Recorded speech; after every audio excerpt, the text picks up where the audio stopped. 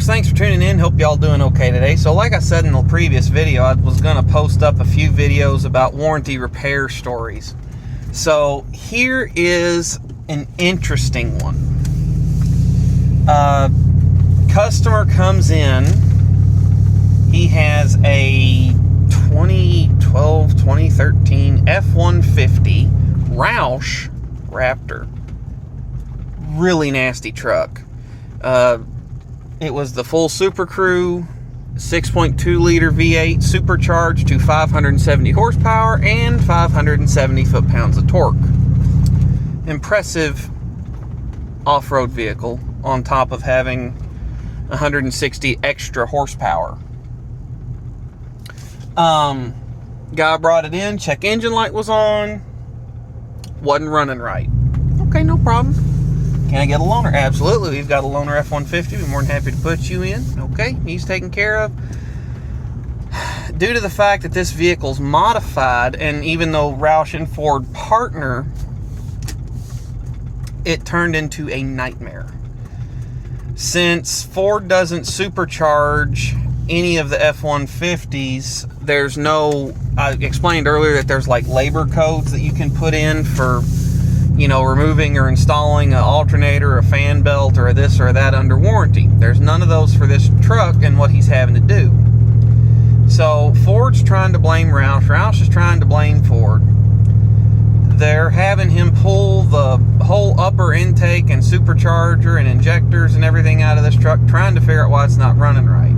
It's running lean, it's unloading, it's misfiring a little bit, and just not happy. It's not making the power that it should. It's not making the power that it should if it were naturally aspirated.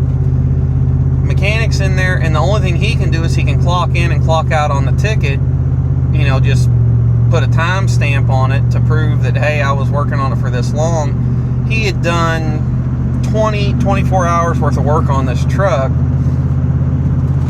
Customer's trying to get a lemon law buyback on it because of how long it had been in the shop with us scratching our heads.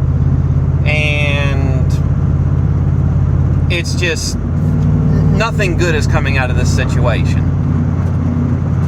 So we start digging through the truck's service history, and it had actually cracked a thermostat housing or had a defective thermostat or something a few thousand miles ago.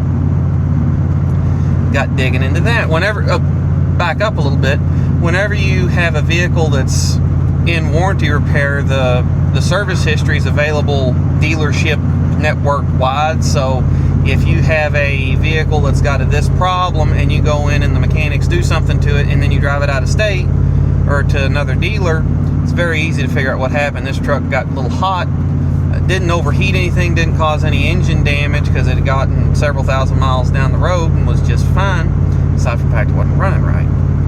So we figured out what they did. They replaced the thermostat housing, the gasket, and then they did a reflash to the latest available powertrain control module strategies. Now, what that did is that detuned the truck back to stock. It was not tuned for boost, so it was leaning out a little bit, not making the power that it should. Got into a little bit of a fight with Roush to try to get the correct tune sent over for the truck. Finally got that taken care of. Truck ran like a top. The mechanic had this truck apart more times than I could count. All it ended up being was a tuning issue because the mechanic didn't know that Ford didn't support the Roush tunes. He would have had to have either left it as it was or got a Roush reflash for it. The previous mechanic that had it for the thermostat issue. Simple enough mistake to make, but boy did it cause all sorts of issues. Get the truck done. It's running like it should. The mechanic said, I've never been in something that big that was that fast. It's a very impressive machine. The customer gets it back. He's happy. Only issue I think he had after that was a tire pressure monitor sensor crapped out on him, I think. I don't remember. But anyway, yeah, it was just... it was very frustrating dealing with all that warranty work, and I know the mechanic got screwed on getting his hours because he spent literally 3 8-hour days working on this truck, and I know he didn't get paid all that, especially when all he had to do was do a reflash. And if any one of the advisors, whether at the tech hotline Geez, there's a side of the road for you there, buddy.